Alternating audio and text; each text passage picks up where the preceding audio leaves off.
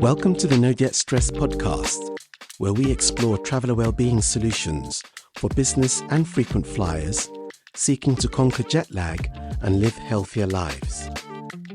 I'm your host, Christopher Babayode, ex-flight attendant, traveller wellbeing advocate, nutritional therapist, and author. Picture the day before a major international trip. The stakes are high and the moment is brief. You scramble to close out local projects, your inbox keeps beckoning, and packing is happening at 11 p.m, while you simultaneously try to remember if you packed your international adapter.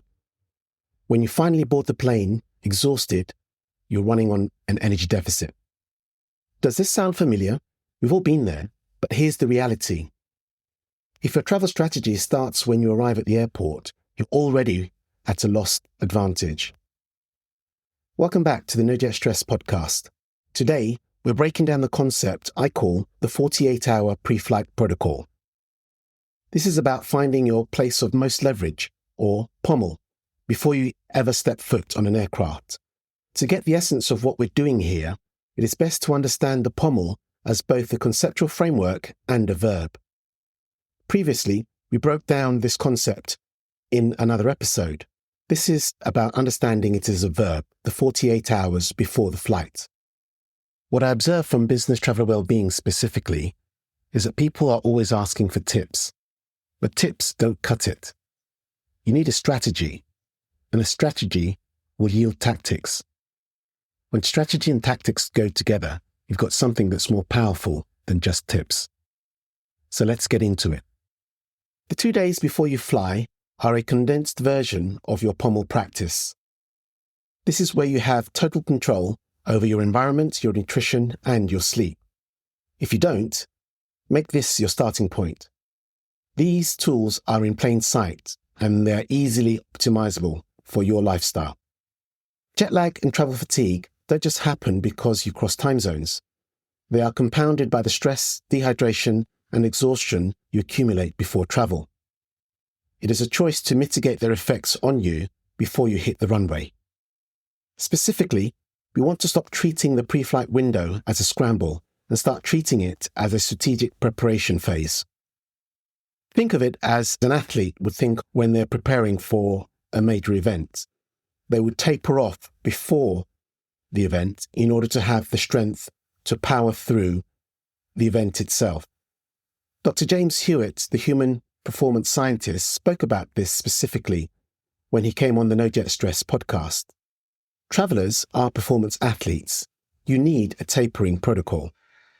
T-minus 48 hours, the biological baseline. 1. Hydration front loading. Don't wait until the flight attendant hands you a tiny plastic cup of water. At 48 hours out, increase your water and electrolyte intake by 20%. Cabin air is incredibly dry, and dehydration mimics and amplifies fatigue. Hydrate your cells before you subject them to altitude. Better still, if you can get your hands on oral rehydration solution supplements, ORSs, these are the gold standard when it comes to rehydration. 2. The microshift. Start shifting your sleep schedule slightly. Now, due to operational constraints, I was never a fan of this tactic, but I understand it works for some travelers. I would suggest it depends on your constraints and frequency of travel. When implementing the microshift, you don't need to adopt the new time zone completely, but shifting your bedtime and wake time by between 30 to 60 minutes in the direction of your destination can make a difference. 3. Strategic nutrition. About 48 hours out, cut out heavy and inflammatory foods. Drop the refined sugars and heavy seed oils. Your digestive system slows down at altitude.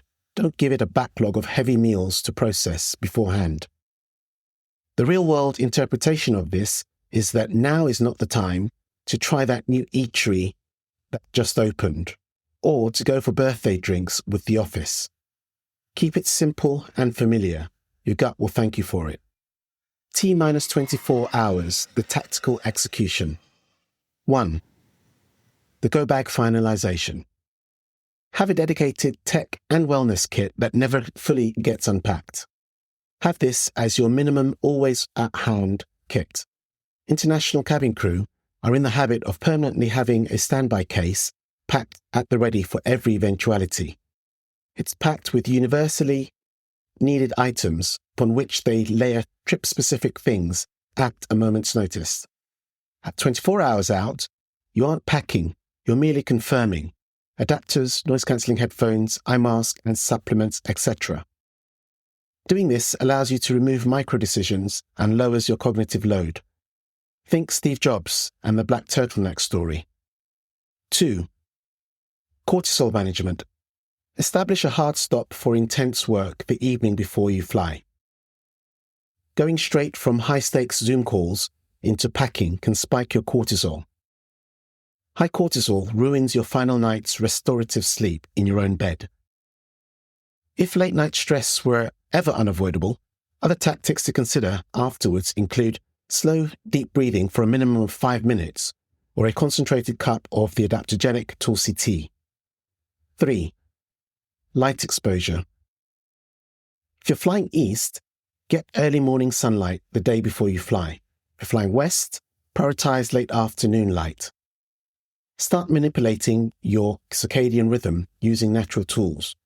Dim lights and consider the use of circadian glasses and blue light blockers in your routines. Conclusion. The 48-hour pre-flight protocol isn't just about feeling a little less tired. It's about protecting your executive function, the most valuable tool you have in your arsenal when you travel.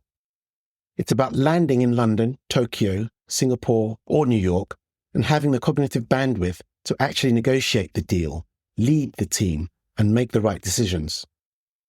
By taking control of the 48 hours before the flight, you neutralize the variables that usually break business travelers, leading to lost productivity and other mishaps of business travel.